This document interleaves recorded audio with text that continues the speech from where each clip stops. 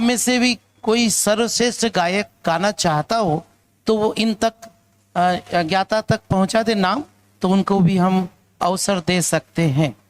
आइए अब हम प्रवचन का लाभ लेते हैं। धन्यवाद।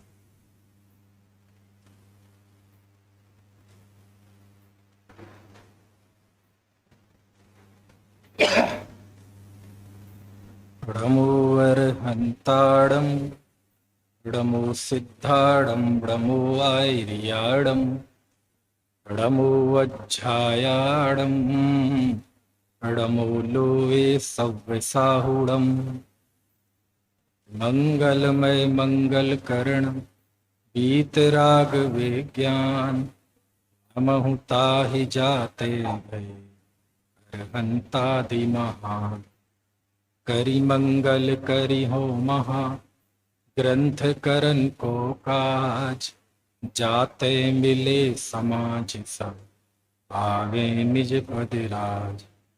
इस भवतरु का मूल एक जानहु मिथ्या भाव ताको करि निर्मूल अब करिए मोक्ष उपाय।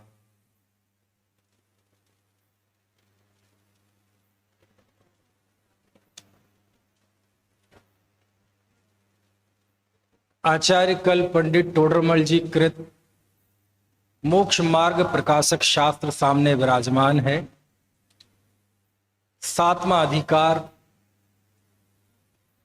जिसमें सम्यक्त के सन्मुख मिथ्या दृष्टि पर बात चल रही है। कोई मंद कषाय आदि का कारण पाकर इस जीव को ज्ञानावरण आदि कर्मों का क्षयोपशम हुआ और तत्व को समझने की शक्ति हुई। इसे शास्त्रीय भाषा में कहते हैं क्षयोपशम लब्धि। मोह की मंदता हुई जिससे तत्व विचार करने में उद्यम हुआ। इसको सिद्धांत में कहते हैं विशुद्धि लब्धि। और देव गुरु धर्म का संयोग मिला जिससे सच्चे उपदेश का लाभ हुआ। इसे कहते हैं शास्त्र में देशना लब्धि। और उनके द्वारा जब तत्वोपदेश सुना तो इस जीव को ऐसा उल्लास आया, अहो मुझे तो इन बातों की खबर ही नहीं थी। मैं तो प्राप्त पर्याय में ही तन्मय हो रहा हूं, लेकिन इस प्राप्त पर्याय की स्थिति तो थोड़े काल की है, इसलिए मुझे पर्याय रहते इन सभी बिंदुओं का निर्णय करना है। ऐसा मन में निर्धारण करते हुए वह उद्यम करता है। वहां नाम जान लेना, लक्षण जान लेना, यह शास्त्रानुसार होता है, लेकिन परीक्षा करने के लिए स्वयं का विवेक चाहिए। परीक्षा करने के लिए वह जीव एकांत में जाकर विचार करता है, शास्त्र में जो लिखा है वो मुझे भाषित होता है कि नहीं होता है, निर्बल युक्ति कौन है, प्रबल युक्ति कौन है। ऐसा अनेक तरह से निर्धारण करने की कोशिश करता है। कुछ समझ में नहीं आता है तो अपने से ज्यादा ज्ञानियों से पूछता है, और वो जो उत्तर देते हैं, समाधान देते हैं, उसका फिर एकांत में जाकर विचार करता है। अपने समान बुद्धि धारक साधर्मियों से बातचीत करता है। उनसे बातचीत करते हुए, चर्चा करते हुए और कुछ समाधान मिलते हैं तो वह एकांत में जाकर फिर विचार करता है। इस तरह वह प्रक्रिया करता रहता है। कब तक? जब तक कि उसे तत्व की प्रतीति ना हो जाए तब तक। एकांत में जाने की शर्त क्यों है? वो इसलिए क्योंकि एकांत में हम अपनी कुटेव को देख सकते हैं, हम कहां अटके हुए हैं वो देख सकते हैं। क्योंकि यदि जिनोपदेश मिलने के बाद भी, आत्महित की भावना से पढ़ने सुनने के बाद भी यदि तत्वोपलब्धि नहीं हो रही है, इसका मतलब कहीं ना कहीं कोई कमी, कहीं ना कहीं कोई एरर तो है। वह उस कमी को तलाशता है। और जब मैं आचार्य पूज्यपाद स्वामी के चरणों में गया, पूज्यपाद स्वामी का नाम तो जानते हैं ना आप, बहुत बड़े और बहुत महान आचार्य हुए। आज से लगभग 1600-1500 साल पहले इसी भारत भूमि पर पूज्यपाद स्वामी हुए। उनका नाम तो देवनंदी आचार्य था, लेकिन उनकी चरणों की वंदना पूजा देवता आकर करते थे, इसलिए उनका नाम पड़ गया पूज्यपाद, जिन्हें जिनेंद्र बुद्धि कहा जाता था। कुंद देव तो एक बार विदेह क्षेत्र गए, लेकिन पूज्यपाद स्वामी के विषय में तो आता है कि ये आते जाते रहते थे विदेह क्षेत्र। बहुत महान आचार्य। ऐसे पूज्यपाद स्वामी का एक शास्त्र है जिसका नाम है समाधि तंत्र, जिसका दूसरा नाम समाधि शतक है। गुरुदेव श्री के उस पर बहुत मार्मिक प्रवचन है, और आप पढ़ेंगे तो अमृत दुनिया में होता है कि नहीं पता नहीं, लेकिन आप समाधि तंत्र पढ़ेंगे तो कहेंगे अमृत तो ये ही है। उस शास्त्र में भगवान ने 3 प्रकार के आत्माओं का वर्णन किया, बहिरात्मा, अंतरात्मा और परमात्मा। आचार्य कुंद भगवान के अष्टपाहुड़ में जो मोक्ष पाहुड़ है वही एक तरह से समाधि तंत्र है। समझ में आया? और जब वो 3 प्रकार के आत्माओं का वर्णन करते हैं तो एक जीव बहिरात्मा से अंतरात्मा कैसे होता है? अभी तक उसकी स्थिति क्या थी? देह जीव को एक गिने बहिरातम तत्व मुदा है, तन उपजत अपनी उपजी जान, तन नसत आप को नासवान। मैं सुखी दुखी में रंग राव, मेरे धन ग्रह गो धन प्रभाव। मेरे सुत तिय में सबल दीन, बेरूप सुभग मूरख प्रवीण। ऐसा कोई बहिरात्मा जीव कैसे अंतरात्मा हो जाता है? कैसे मिथ्या दृष्टि से सम्यक दृष्टि हो जाता है? कैसे पर्याय मूल से सम्यक ज्ञानी हो जाता है? उसका वर्णन आचार्य करते हैं और बहुत मार्मिक है। उसका एक श्लोक आपको इस सम्यक्त के सन्मुख की प्रकरण में आपको बताता हूं। वो लिखते हैं कि जिस जीव को पर्याय मूलता छोड़नी है, अंतरात्मा होना है, उसकी अवस्था कैसी हो जाती है? जिस आत्मा को उसे प्राप्त करना है उस आत्मा के प्रति उसको ललक कैसी होती है? आत्मा के प्रति भीतर में उसका करंट पावर कैसे होता है? उसका वर्णन करते हुए भगवान लिखते हैं, आपके पास पीडीएफ रहती है, मौका मिले तो आप देखना, 53वें नंबर का श्लोक है। किस प्रसंग में बता रहा हूं कि जो बहिरात्मी दशा छोड़कर अंतरात्मा होता है उसकी स्थिति क्या होती है? तद्ब्रूयात् तत्परान् प्रक्षेत्, तदेक्षेत् तत्परो भवेत्।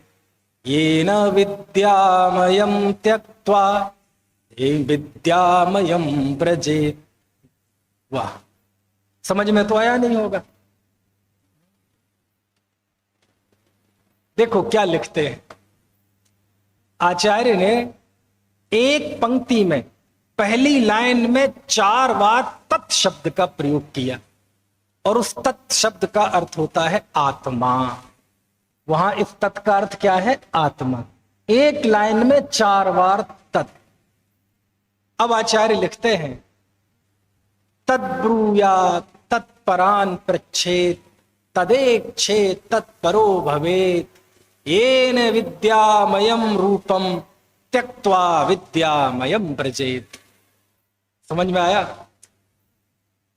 बोले कैसी स्थिति होती है उस जीव की कि हे जीव, यदि तुम अविद्या से निकलकर विद्यामय होना चाहते हो, बहिरात्म दशा से छूटकर अंतरात्मा होना चाहते हो, तो जो भी बहिरात्मा दशा छोड़ के अंतरात्मा होता है तो किस विधि से होता है?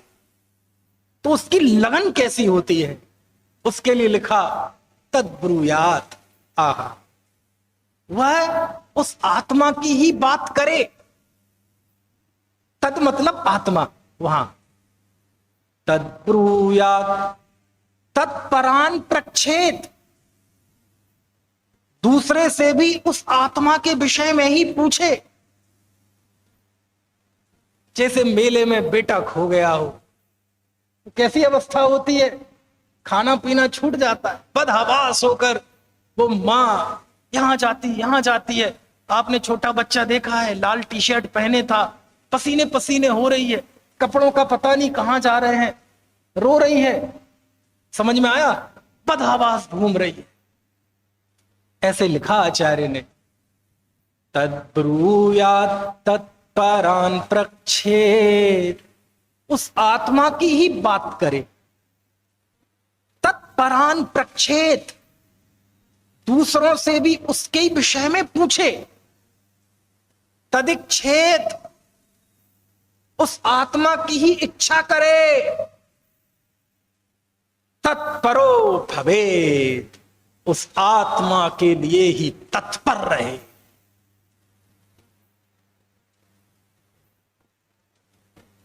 अब हिंदी में वो मजा नहीं आएगा, क्योंकि वो बार बार जो तत् है ना, तत् तत् तत् तत्, आचार्य का वचन वहां है।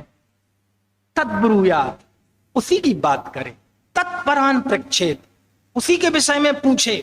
तदिच्छेद, उसी की इच्छा करे।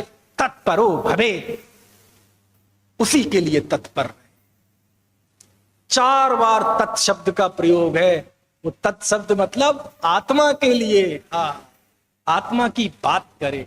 कोई दूसरा मिले, अहो आत्मा के विषय में पूछे। भाई साहब, स्वरूप उपलब्धि कैसे हो? आपने कभी प्रयत्न किया है स्वरूप उपलब्धि का? उसी की इच्छा करे। कल पूछा था ना मैंने आपसे, आप 2 टूक बताओ कि आत्मा चाहिए कि संसार चाहिए। आत्मा की इच्छा करे। और चौथा क्या लिया? उसी के लिए तत्पर रहे।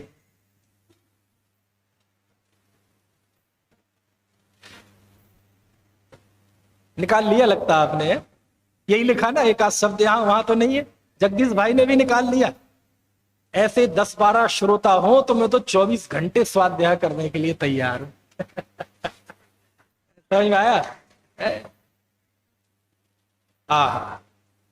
तद्ब्रूयात् तत्परान् प्रच्छेद, तदिच्छेद तत्परो भवेत्, उसी की बात करे, उसी के विषय में पूछे, उसी की इच्छा करे, उसी के लिए तत्पर रहे। अच्छा, एक बीच में आपसे एक प्रश्न पूछता हूं अशोक जी, ऐसा कोई हम सबके बीच में कोई जीव आ जाए, जब भी मिले आत्मा की बात करे, सुबह मिले आत्मा के विषय में पूछे, शाम को मिले आत्मा के विषय में पूछे? ईमानदारी से बताना, ऐसी यदि किसी की अवस्था हो जाए तो हम उसे क्या कहें? मालूम हम क्या कहेंगे?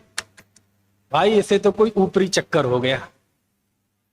और ये नहीं कहेंगे तो पागल हो गया, दिमाग खराब हो गया इसका। लेकिन सच कहता हूं, आत्म उपलब्धि पागलों को ही होती है, अक्कल वालों को आत्मा की उपलब्धि नहीं होती। इसके लिए दुनिया होना पड़ता है, इसके लिए पागलपन चाहिए। समझ में आया? और यदि कोई थोड़ा सा पागल सा दिखने लगे ना, तो समझ लेना इसे आत्म उपलब्धि होने वाली है।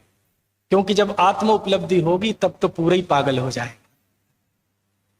पागलों को ही होती है, सच में, मेरे शब्द नहीं है, मैं शास्त्र खोल के बता सकता हूं। पागलों, शास्त्र तो कहता है कि तुम्हें आत्मा चाहिए तो उसकी विधि यह है कि ऐसे हो जाओ जैसे दुनिया तुम्हारे लिए मर गई हो और तुम दुनिया के लिए मर गए हो। दुनिया से मरना पड़ेगा। मरने का मतलब, इसका अर्थ समझो, समझ में आया ना? आत्मसमर्पण, स्वयं के प्रति समर्पण का भाव होता है। पागल होना पड़ता है। और आप इतिहास जाके देख लो, दुनिया में जिन्होंने इतिहास बनाए हैं सब पागलों ने बनाए हैं, सब सिरफिरे लोगों ने बनाए हैं। जो ज्यादा बुद्धि वाले, अक्कल वाले होते हैं वो इतिहास नहीं बनाते, वो तो उस इतिहास को विश्वविद्यालयों में पढ़ाते हैं, वो तो उसका मूल्यांकन करते हैं, वो तो एनालिसिस करते हैं। इतिहास कौन बनाता है? सिरफिरे लोग, थुन के पक्के लोग। आप देखो ना, जिन अंग्रेजों का कभी सूरज नहीं डूबता था। सारी दुनिया पर जिनका कब्जा था, जिनके पास धन बल था, बाहुबल था, अस्त्र थे, शस्त्र थे, सब कुछ था, ऐसे उन अंग्रेजों के सामने एक हाड़ मांस का पिंजरा, जिसकी पूरे शरीर पे एक केवल लंगोटी, हाथ में केवल एक डंडा, और वो डंडा भी किसी को मारने के लिए नहीं तो खड़ा हो गया ना। अब मैं आपसे पूछता हूं, उस स्थिति को कोई देखता? आज तो हमारे लिए वो सब दंत कथाएं जैसी हो गई। जब उन आतताई अंग्रेजों के सामने एक निहत्था आदमी खड़ा होकर जब ये नारा लगाए, अंग्रेजों भारत छोड़ो, तो युग ये समय चक्र देख के कहेगा ये तो पागल है, दिमाग खराब हो गया है। उनके पास लाखों की सेना है, ताकत है, अस्त्र है, शस्त्र है, सारी दुनिया उनकी गुलाम है, अमेरिका भी उनका गुलाम था, बोलो आप। और ऐसे आदमी के खिलाफ हाथ में अस्त्र नहीं, शस्त्र नहीं, केवल एक लंगोटी पहने 40-45 किलो का आदमी खड़ा हो गया, तो दुनिया क्या कहेगी? पागल है। लेकिन इतिहास कौन बनाता है? पागल लोग बनाते हैं। समझ में आया?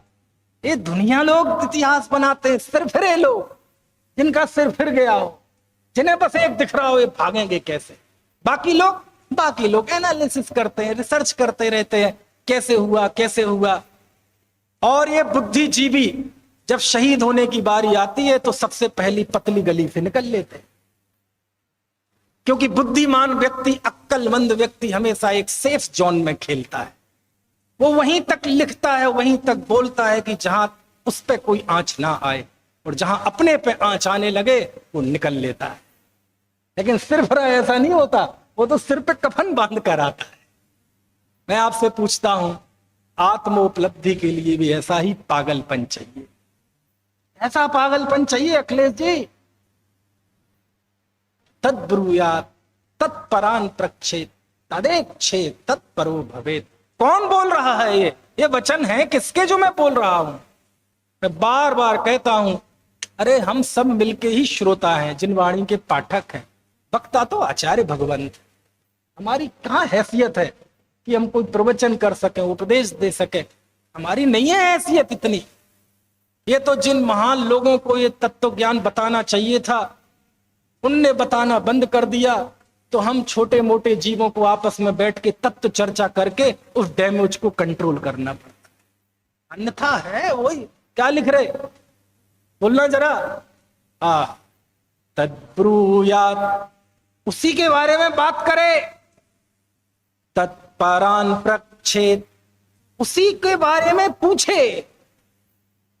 तदिच्छेत, उसी की इच्छा करे। तत्परो भवेत्, उसी के लिए तत्पर रहे। क्यों? एन त्यक्त्वा, एन अविद्या रूपम त्यक्त्वा, जिससे इस अविद्यामय दशा को छोड़कर, अविद्यामय दशा मतलब कौन सी? पर्याय मूढ़ता की दशा, अज्ञानता की दशा, बहरात्म दशा, ये 24 घंटे का भाव, मरण भाव, कर्म, इसको छोड़कर क्या हो जाए? विद्यामयम प्रचेत। है पागल होना। यहां से लगभग 200 किलोमीटर दूर गया है ना, आप सब यहां आए होंगे तो आपको गया मिला होगा, रास्ते में ट्रेन रुकी होगी। गया के पास एक गांव है गुलहर।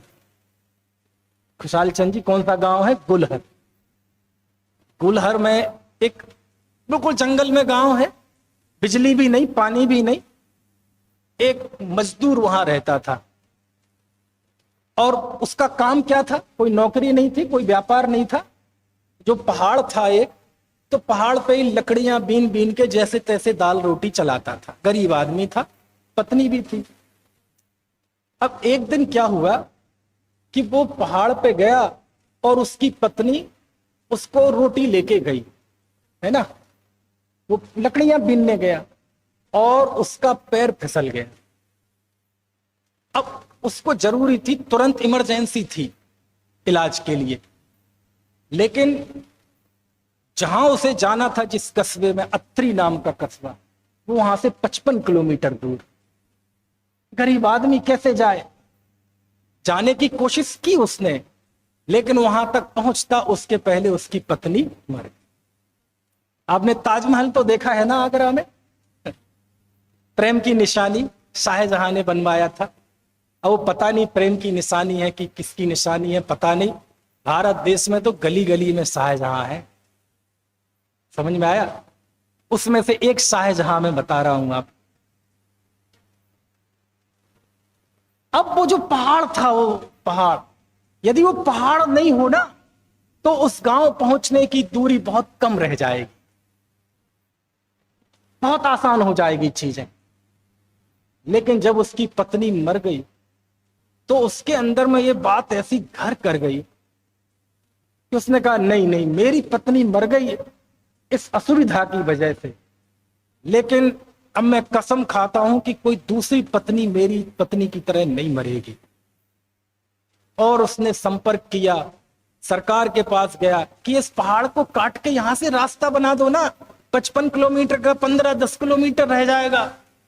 सरकार को इन बातों से क्या मतलब? गांव वालों के पास गया, गांव वाले क्या करें? अंत में जब उसे कुछ नहीं, कहीं कोई सहारा नहीं मिला, तो उसने एक हाथ में लिया हथौड़ा और एक हाथ में ली छेनी और खुद उस पत्थर को तोड़ने में लग गया। पत्थर के पहाड़ को पहाड़। सब कहते थे पागल है ये, तो दिमाग खराब है इसका, जीवन खत्म हो जाएगा। पत्थर का पहाड़, 4 पत्थर तोड़ने में पूरे दिन निकल जाते हैं। ये इतना ऊंचाई वाला, इतना लंबा पत्थर का पहाड़ कैसे काटेगा? ये तो मशीनें काटेंगी, सरकारी प्रोजेक्ट होगा। सब पागल कहते थे। अरे हमारा ये तो भाई पत्नी के प्यार में पागल हो। समझ में आया? किसी ने कोई सहयोग नहीं किया। उल्टा एक बार फॉरेस्ट वाले आके उसे पकड़ और ले गए, थाने में बंद कर दिया कि तुम पत्थर की माफियागिरी कर रहे हो। सबने कहा महाराज मैं क्या माफिया, यदि मैं पत्थर बेचता तो यहां गरीबी में जी रहा होता, तन पे कपड़े भी नहीं है। समझ में आया ना? सब पागल कहते हैं, सब दुत्कारते हैं, कोई किसी उसका साथ देने के लिए तैयार नहीं, कोई उसके साथ खड़ा होने के लिए तैयार नहीं। लेकिन ना उसका हथौड़ा रुकता, ना छेनी रुकती। ज्यों जो लोग उसको अपमानित करते, उससे असहयोग का भाव व्यक्त करते, उसके अंदर का उत्साह और जागृत होता जाता। उसे वो पागल लगता और उसको ये दुनिया पागल लगती। समझ में आया? और 22 साल लगातार वो तोड़ता रहा अकेला आदमी, और 22 साल में उसने उस पहाड़ को काट दिया और वहां से रास्ता बना दिया। आप जानते हो उसका नाम क्या है? दशरथ माझी। एक दलित, एक गरीब, एक मजदूर। समझ में आया? लेकिन जब पुरुषार्थ होता है तब किसी को नहीं दिखता, जब काम हो जाता है तब दिखता है। उसके बाद उस दशरथ माझी पे फिल्म बनी, सरकार ने उसे पद्मश्री दिया। समझ में आया ना? आप समझे ना पागल क्या होता है? इसे कहते हैं पागल। मिथ्यात्व के पहाड़ को काटने के लिए भी ऐसा ही पागलपन चाहिए। मिथ्यात्व की चट्टान को तोड़ने के लिए भी ऐसा ही पागलपन चाहिए। समझ में आया? ऐसा पागलपन चाहिए। सच्चा पुरुषार्थ हो तो अंतर्मुहूर्त में हो जाएगा, लेकिन उस सच्चे पुरुषार्थ तक पहुंचने के लिए भी बहुत रास्ता है। इतना पागलपन होता है तब लोक में कुछ काम कर पाते हैं। वो तो पहाड़ 22 साल में तोड़ पाया, क्योंकि कम से कम वो पहाड़ दिख तो रहा था सामने, आंखों के सामने था तो। और जिससे तोड़ना है वो साधन, छेनी, हथौड़े उसके हाथ में थे तो। यहां तो जो मिथ्यात्व है वो दिख ही नहीं रहा, वो तो अदृश्य है, आस्तीन का सांप है। वो मिथ्यात्व, पर्याय, मूढ़ता किस किस रूप में हमारे अंदर बैठी रहती है। सामने युद्ध भूमि में कम से कम जो शत्रु है वो सामने है तो दिख तो रहा है, भले ही ताकतवर सही, लेकिन वो शत्रु बहुत मजबूत हो जाता है जब वो युद्ध भूमि में नहीं, अपने घर में हो। और अपने घर में भी शत्रु की शक्ल में नहीं, मित्र की शक्ल में। कुछ बात समझ में आ रही कि नहीं है? तब पूज्यपाद स्वामी लिखते हैं, एक बार पागल हो जाओ। क्या लिखते हैं? एक बार पागल हो जाओ। क्या नाम, बकुल, 216 नंबर पेज निकालो जरा। 216 260 260। देखो बताते हैं जरा पागलपन क्या होता है? पागलपन में करता क्या है वो व्यक्ति? एकांत में जाके विचार करता है और क्या क्या करता, उस मिथ्यात्व पे छेनी चलाने के लिए करता क्या है? देखो मिथ्यात्व तो एक पल में छूटेगा। कुंद कुंद देव भगवान के पास जाओ तो वो मोक्ष अधिकार में समय सार में लिखते हैं कि बंध और आत्मा के बीच में बस प्रज्ञा छेनी डाल दो और एक चोट कर दो उस पे श्रद्धा की 2 टुकड़े। समझ में आया? लेकिन उसके लिए अभ्यास क्या है? निकाल दिया 260। पढ़ना जरा ऊपर से पहला वाला पैरा। देखो वो क्या करता है, पागलपन बता रहा हूं। करता क्या? वहां तो वो छेनी चला रहा है, ये तो उदाहरण मात्र है। लेकिन यहां क्या करता है? वो तत्वाभ्यास के लिए क्या करता है? तो क्या लिखा देखो, इस प्रकार इस जानने के अर्थ स्वयं ही विचार करता है। आ गई पंक्ति। और क्या करता है? कभी शास्त्र वांचता है और कभी सुनता है और कभी अभ्यास करता है और कभी प्रश्नोत्तर करता है, इत्यादि रूप प्रवर्तन करता है। इत्यादि मतलब वही आदि आदि। कभी पढ़ता है, कभी सुनता है, कभी विचार करता है, कभी एकांत में जाकर विचार करता है, कभी 12 भावनाओं का विचार करता है। अहो संसार अनित्य है, मैं नित्य हूं। संसार अशरण है, मैं शरणभूत हूं। शरीर असुचि है, मैं शुचि हूं। इत्यादि में सारी चीजें, इत्यादि में जितने धर्म के बाह्य साधन है जो हमारी चेतना को जागृत कर देते हैं, वो सारी चीजें ये करता है। और कैसे करता है? अब देखो आगे की पंक्ति, बस उस पंक्ति में समझ लो पूरा सम्यक्त का सन्मुख है। क्या लिखा? अपना कार्य करने का इसे हर्ष बहुत। क्या लिखा भाई साहब, हाफिज भाई? क्या लिखा?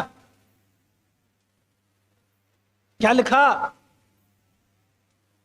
अपना कार्य करने का इसको हर्ष। हर्ष। बुद्धि तो किसी में कम हो सकती है, ज्यादा हो सकती है। इस प्रक्रिया में कोई वृत्ति भी हो सकता है, अवृत्ति भी हो सकता है, बाल वृत्ति। इस प्रक्रिया में कोई काला अक्षर भैंस बराबर ऐसा जीव भी हो सकता है और कोई महापंडित भी हो सकता है। बुद्धि का फर्क हो सकता है, कुछ नियमों का फर्क हो सकता है, अवृत्ति वृत्ति का फर्क हो सकता है। लेकिन 2 चीजें दोनों में कॉमन है। पहला, एक तो पागलपन और दूसरा हर्ष। असली सम्यक्त की सन्मुख की जो भूमिका है ना अशोक जी, यही है। कौन सी? पढ़ना जरा क्या लिखा। अपना कार्य करने का इसको हर्ष। हर्ष क्या व्याख्या करें? कई बार कई चीजें ऐसी होती है कि वो शब्दों में बताई नहीं जा सकती। ये तो रोज पंडित टोडरमल जी के चरणों में, समंत भद्र स्वामी के चरणों में, पूज्यपाद स्वामी के चरणों में, कुंद कुंद भगवान के चरणों में जाके रोज बैठो और थोड़ी उनसे सीखो, तब जाके ये पता चले कि इसका अर्थ क्या है। अब मैं क्या व्याख्या कर, हर्ष की क्या व्याख्या कर दूं बताओ? है? अब लौकिक उदाहरण ले लो। जैसे जब कोई किसान अपनी लहलहाती फसल देखता है तो हर्षित होता है, ये देश है वीर जवानों का। समझ में आया ना? नाचता है? अब बड़े उम्र के बैठे हैं इसलिए वो उदाहरण देता हूं। अभी आप यहां से घर में जाएंगे और कई दिनों बाद आप अपने पोते को देखेंगे तो कैसा हर्ष होगा? होगा कि नहीं होगा? नई नई शादी हुई हो और पहले ही दिन पत्नी सामने से सजी धजी बैठी हो तो देख के, पहले दिन का इसलिए हो रहा हूं क्योंकि बाद में ये स्थिति नहीं होती। हर्ष हर्ष हर्ष हर्ष। क्या लिखा है? चिन्मय मुझे बोलना जरा, पढ़ के बताओ। पीछे वालों को दिख रहा है? पढ़ लो, अपने मन में पढ़ लो, हमें सुनाई ना दे। यदि ये हर्ष समझ गए ना, तो समझ लो सम्यक्त के सन्मुख की भूमिका समझ में आ गई। पागलपन, धुन, लेकिन धुन में कोई दुख नहीं है, हर्ष, आनंदित, हर्ष बहुत। अच्छा, हर्ष है क्यों? क्यों है हर्ष? उसका जवाब उसी पंक्ति में है। अपना कार्य करने का हर्ष बहुत। वो काम अपना लगता है।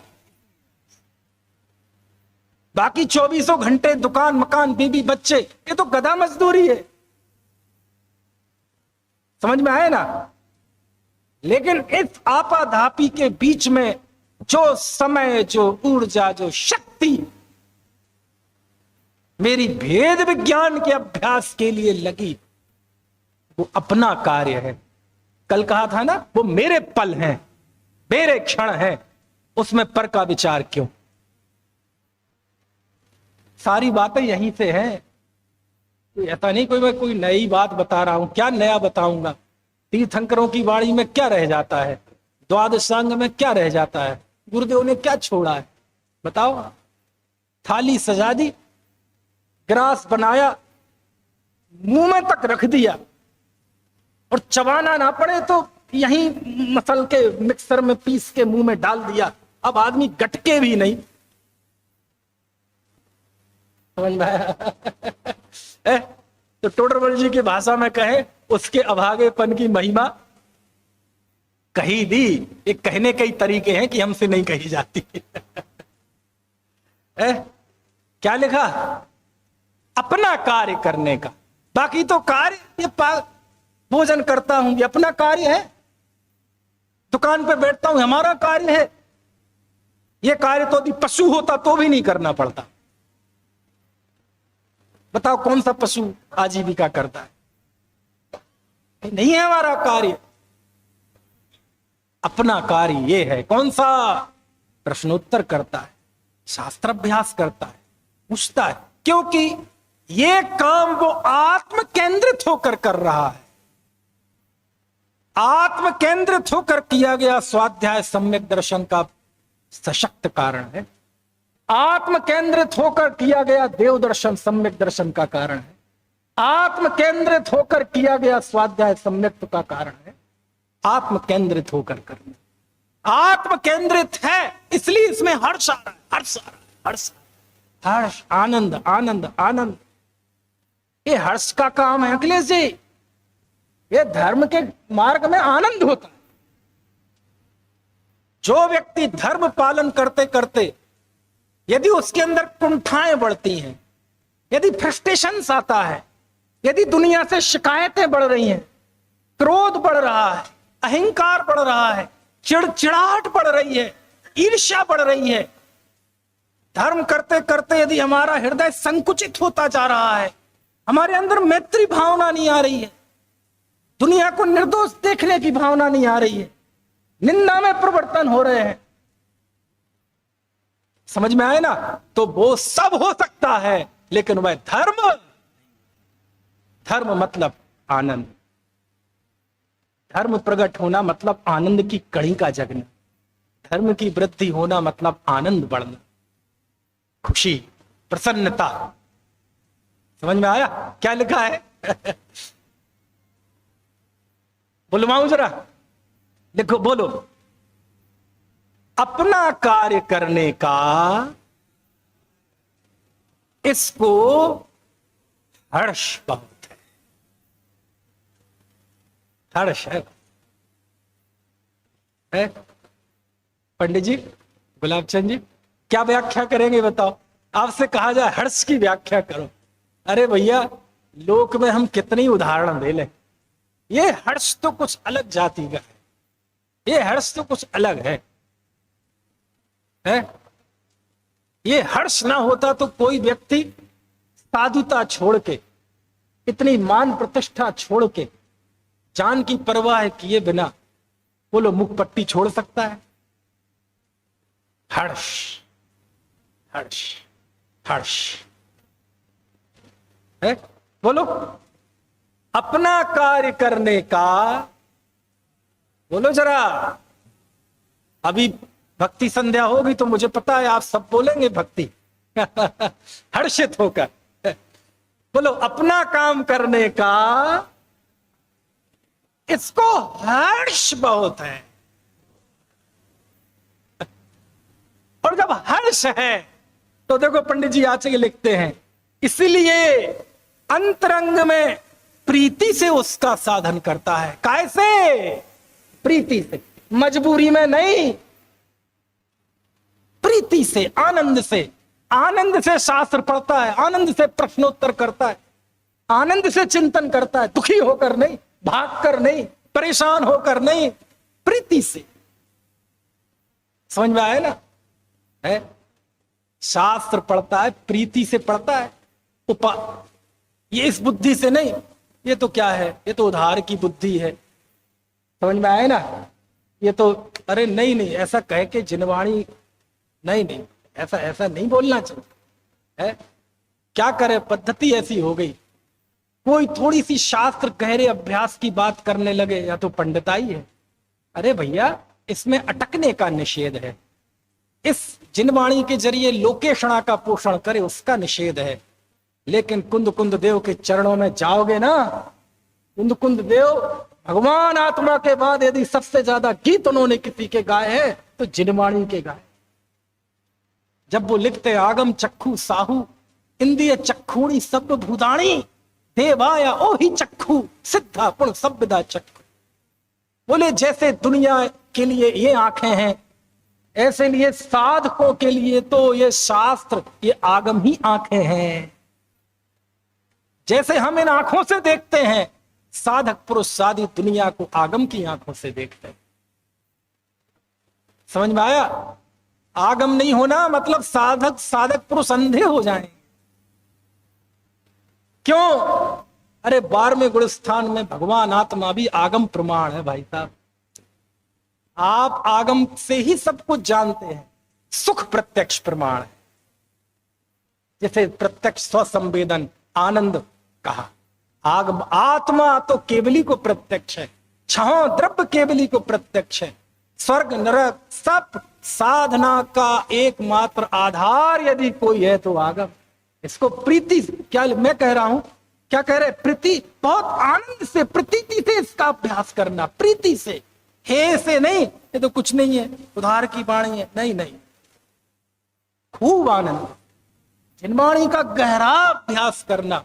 यदि जिनवाणी का गहरा अभ्यास करना पंडिताई है तो ऐसी पंडिताई करना, क्योंकि यह पंडिताई कुंद कुंदाचार्य ने की, 84 शास्त्र लिखे। यह पंडिताई वीरसेन स्वामी ने की, 92,000 श्लोक प्रमाण, धबला और जय धबला का कुछ अंश लिखा। यह पंडिताई सिद्धांत चक्रवर्ती नेमीचंद्र स्वामी ने की, गोमट सार आदि लिखे। यह पंडिताई जिनसेन स्वामी ने की, महापुराण लिखा। यह पंडिताई समंतभद्र स्वामी, पूज्यपाद स्वामी, अमृतचंद स्वामी, जिनसेन स्वामी, योगेंदु देव, गुणभद्राचार्य, अरे क्या करे, सबके नाम लेकर रोमांच हो जाता। एक एक इनकी गाथा दिखने लगती है दिमाग में, शास्त्र के प्रूपणाएं दिखने लगती हैं, क्या क्या इन्होंने लिखा है। समझ में आया? ये पंडिताई है। हाँ, इसमें अटकना नहीं, इसे लोकेशड़ा का साधन नहीं बनाना। लेकिन भैया काम तो इसी की छत्र छाया में होगा।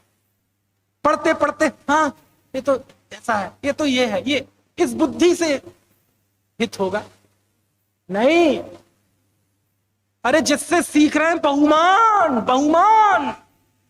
शास्त्र में लिखा देवशास्त्र गुरु की श्रद्धा का नाम सम्यक दर्शन है, व्यवहार सही, लेकिन ये तो नहीं लिखा ना कि देवशास्त्र गुरु के तिरस्कार का नाम सम्यक दर्शन। कहीं लिखा है? तिरस्कार से तो नहीं होगा ना सम्यक दर्शन। श्रद्धान से नहीं होगा तो तिरस्कार से तो बिल्कुल नहीं होगा। अब देव की बात तो कभी पंच कल्याणक में मिलना तब करेंगे, अभी तो बात शास्त्र की चल रही। अति प्रीति से, अति प्रीति से जिस समय हम जिनवाणी पढ़ते हैं उस समय हम अल्पज्ञ नहीं रहते, उस समय हम श्रुत ज्ञानी नहीं रहते। जिस समय हम शास्त्र पढ़ते हैं उस समय हमारे इस श्रुत ज्ञान में केवल ज्ञान आ जाता है, हम सर्वज्ञ की आंख से दुनिया को देखने लगते। कुंद कुंद देव लिखते हैं प्रवचन सार में, जैसे प्रत्यक्ष ज्ञानी तत्वों को प्रत्यक्ष जानते हैं, ऐसे ही जो जिनोपदेश के अनुसार तत्वों को जानता है उसके मोह का क्षय होता। तत्वार्थ को जो जानते प्रत्यक्ष या जिन शास्त्र से, द्रग मोह क्षय हो इसलिए स्वाध्याय करना चाहिए। क्या करें, पढ़ने की आदतें चली गई ना। पढ़ो पढ़ो पढ़ो पढ़ो पढ़ो, पढ़ना शुरू करो। सुनते तो हम हैं ही। बताओ 5 प्रकार के स्वाध्याय के भेद, वांछना, प्रक्षना, आमना, अनुप्रेक्षा, धर्मोपदेश, इसमें श्रवण नाम का भेद कहां है?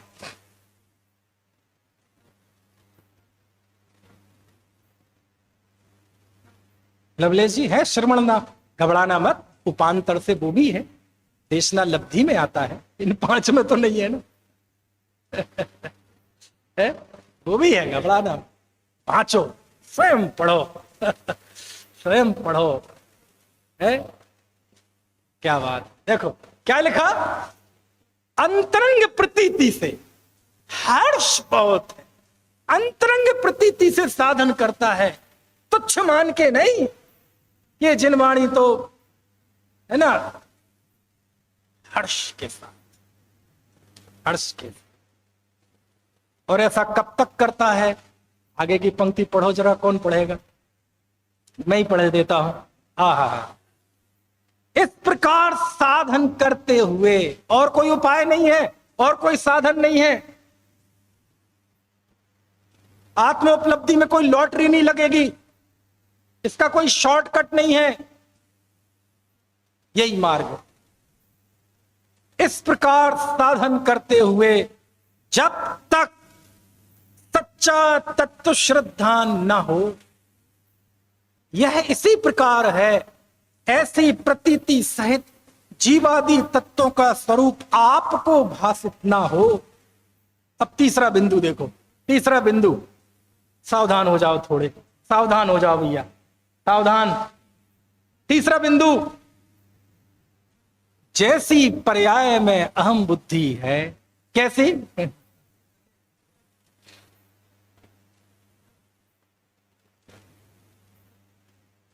जैसी पर्याय में अहम बुद्धि है, वैसे केवल आत्मा में अहम बुद्धि ना आए। कैसी? पर्याय में अहम बुद्धि मतलब ये देह, असली बीमारी तो ये है। समझ में आया? ये है असली बीमारी, देह जीव को एक गिने बहिरातम तत्व मत, ये है तन उपजत अपनी उपज जान, ये है बीमारी। समझ में आया? यही है असली बीमारी। जैसी पर्याय में अहम बुद्धि है, वैसी जब तक स्वयं में न आ जाए, हित अहित रूप अपने भावों को न पहचाने, तब तक सम्यक्त के सन्मुख मिथ्या दृष्टि है। और जैसी पर्याय में अहम बुद्धि थी, वैसी आत्मा में आ जाए, उसी का नाम सम्यक। समझ में आया? एकांत में जाकर विचार करता है, निर्बल युक्ति कौन है, प्रबल युक्ति कौन है। दूसरे लोग तो कहेंगे पागल हो गया। ऐसा पागल तो होना अच्छा है, ऐसा दुनिया होना अच्छा है। ऐसे ही पूछता है, बात करता है, भ्रम टूटते हैं, वस्तु का स्वरूप धीरे धीरे स्पष्ट होने लगता है, आत्मबल बढ़ने लगता है, भीतर की लगन बढ़ने लगती है। रोज चोट करता है मिथ्यात्व पर। कभी जिनेंद्र देव की प्रतिमा को निहार करके विचार करता है, आहा जो जान दी अरहंताड़म दब्बत गुणत पज्जते हम सो जान दी अप्पाड़म खलु मोहो जादी खलु तस्सलय। कभी उनके रूप को देखता है, अहो ऐसा ही रूप मेरा है। समझ में आया ना? जिस तिस प्रकार से अपने स्वरूप की ओर जाने का प्रयत्न करता है और फिर वो घड़ी आ जाती है, बैठा है एकांत में, समझ में आए ना, सारी दुर्वासनाओं दुर्विकल्पों को छोड़कर निश्चिंतता के साथ बैठा हुआ पंच परमेष्ठी का स्मरण करता है, 6 द्रव्यों की स्वतंत्रता का विचार करता है, पर्याय की स्वतंत्रता का विचार करता है। इस 6 द्रव्य में एक जीव द्रव्य हूं, मैं एक हूं, शुद्ध हूं, आनंदमयी हूं, ऐसा अपने आप का विचार करता है। मैं शुद्धात्मा हूं, ऐसा विचार करते करते पर का भी विचार छोड़ देता है।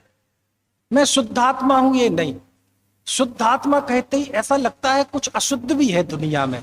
नहीं नहीं, मैं आत्मा हूं। समझ में आए ना? ऐसे एक एक स्टेप बढ़ता है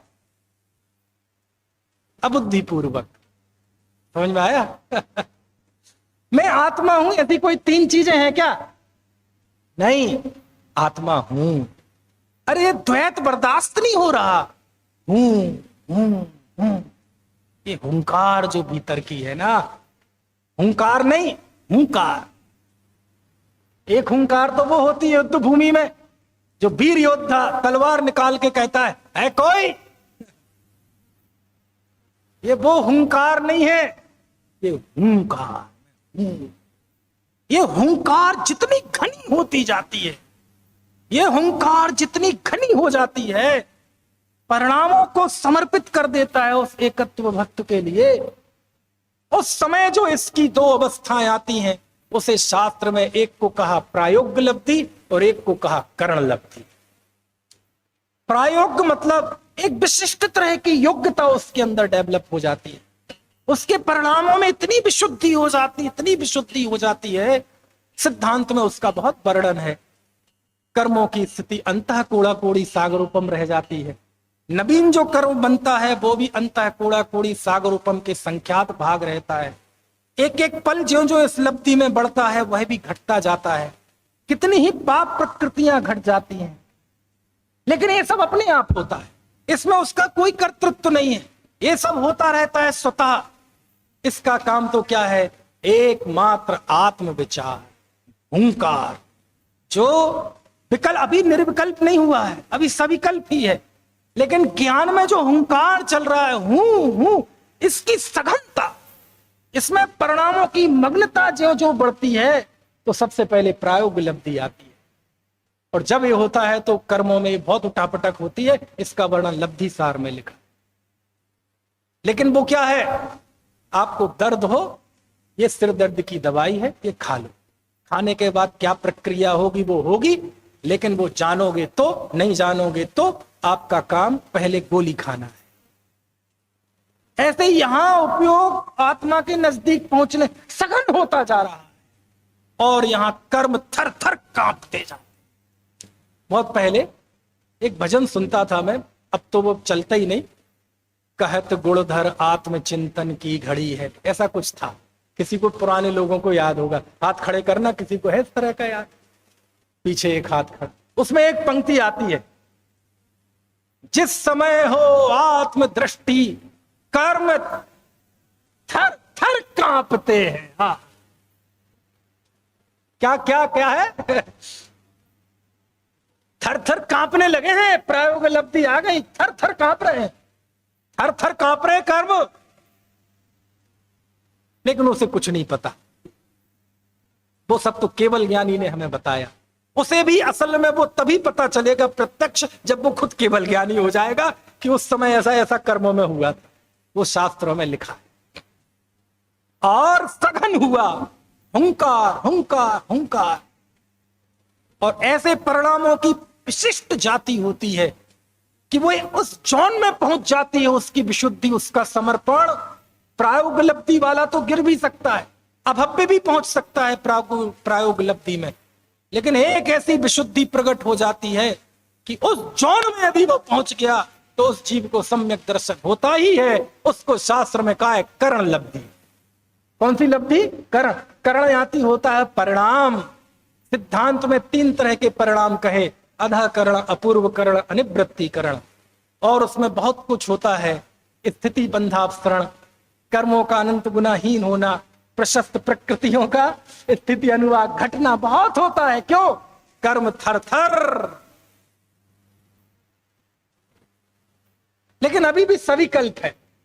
उस करण लब्धि में जो जीव के परिणाम है, उसको जैसे स्वामी ने प्रवचन सार की 80वीं गाथा की टीका में सविकल्प स्वसंवेदन कहा। क्या नाम दिया? क्या नाम दिया? अब इसकी गहराई जो स्वाध्यायी लोग हैं बहुत अच्छी तरह से समझ रहे होंगे। क्या नाम दिया? स्वसंवेदन है, लेकिन कौन सा? सविकल्प। यहां आकर असली अर्थ में वो सविकल्प है, क्योंकि यहां इस सविकल्प अवस्था में आने के बाद निर्विकल्प होने की गारंटी। अब नहीं गिरेगा। लेकिन अभी ज्ञान में चल रहा है लेकिन अपने आत्मा संबंधी ये हुंकार का विकल्प भी सुमेरु पर्वत जैसा भार है। अब जब ये भार है तो दुकान मकान शिविर के तो पता नहीं कौन से पर्वत है।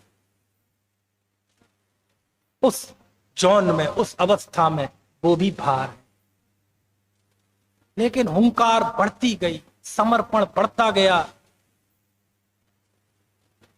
और एक पल ऐसा आया कि ज्ञान में जो हुंकार चल रहा था वो ज्ञान में से हुंकार विकल्प में से खत्म हो गया और ज्ञान निर्विकल्प हो गया। समझ में आया? अकेला ज्ञान निर्विकल्प नहीं हुआ। जो हुंकार अभी ज्ञान में चल रहा था, तो ज्ञान में से विकल्प गया तो ज्ञान निर्भर हो गया, और वो हुंकार प्रतीति में जाकर समा गया। तो प्रतीति निहाल हो गई, हमने दृष्टि हो गया, ज्ञानी हो गया। और उसी समय कम से कम अनंतानुबंधी का दुख तो जाएगा जाएगा जाएगा। सम्यक्त्वाचरण चारित्र प्रकट हो गया। धरती वही है, आकाश वही है, शरीर वही है, शरीरों में बहने वाला लहू, रक्त, धमनियां, सब कुछ वही है, लेकिन भीतर सारी दुनिया बदल गई थी और वह निर्विकल्प हो गया।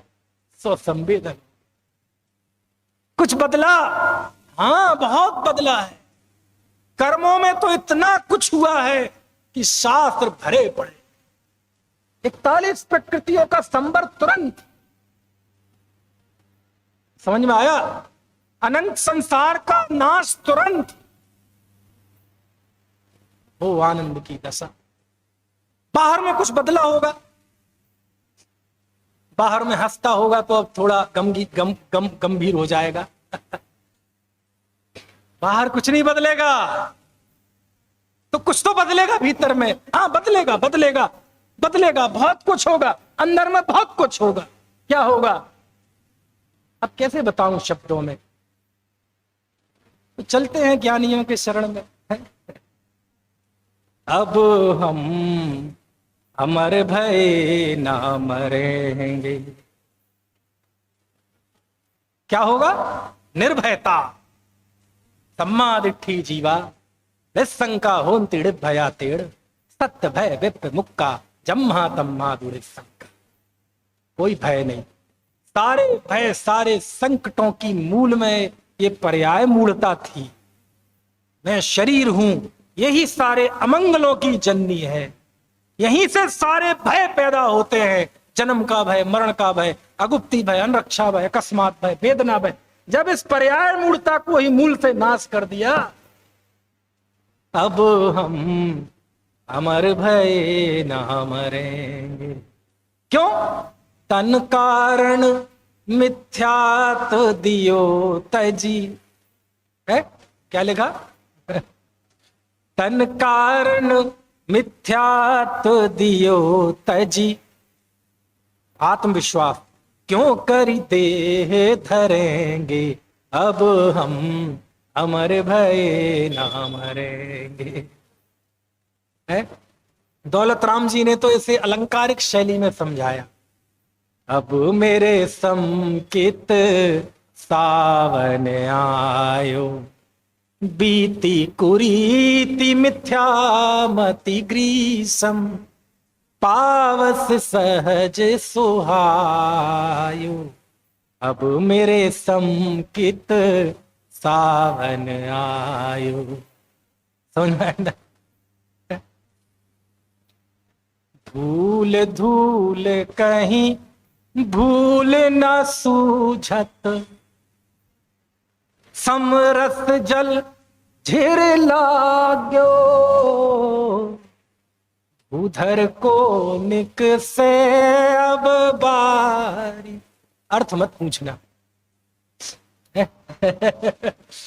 उधर को निक से अब बारी, निज निरचू घर पायो, अब मेरे संकेत साव। और भी कुछ होगा क्या?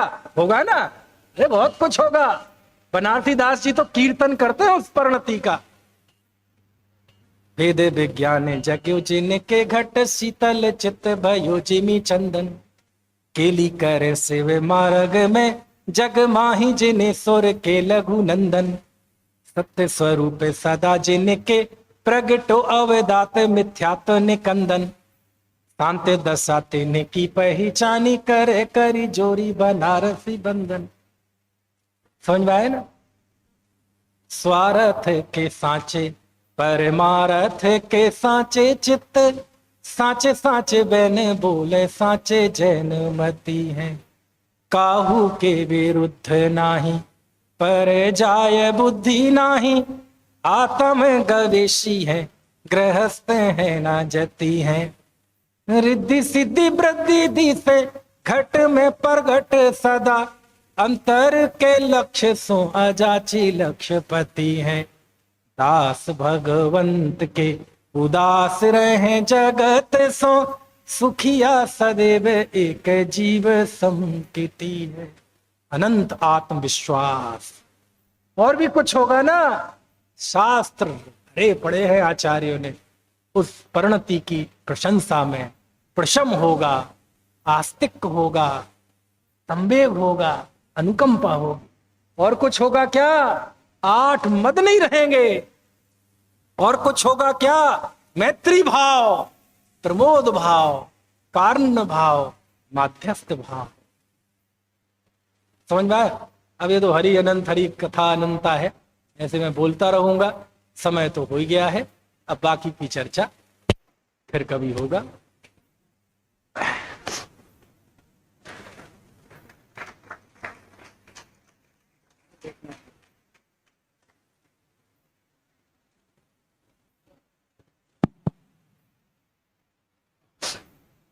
सम्यक सम्मुख मिथ्या दृष्टि जीव की जिस उत्साह से और जिस प्रसन्नता से मनीष जी ने बात रखी है, मुझे लगता है कि टोडरमल जी ने लिखा कि थोड़े समय में इसी भव में या अगले भव में सम्यक्त को प्राप्त होगा वह जीव, सम्यक सम्मुख जीव।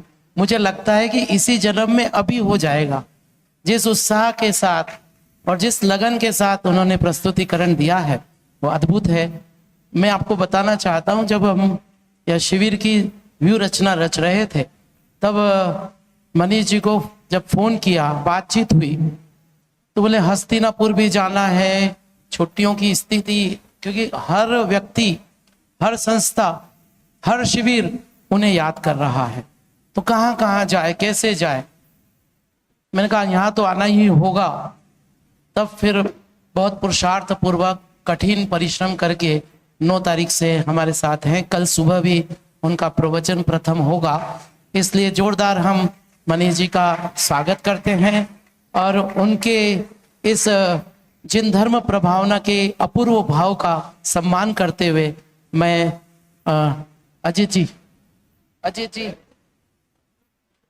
चलिए, प्रकाश जी आइए जरा, भरत भाई, उनको जिनवाणी माँ और यह कुंद आचार्य भेंट कर उनका हम यहाँ पर, क्योंकि वे कल विदा हो जाएंगे, अतः हम कुंद प्रवचन संस्थान उनका, आइए इधर आगे आइए, आ जाओ इधर आ गया, आइए सभी जने। हाँ जी, जोरदार तालियां बजते रहना चाहिए।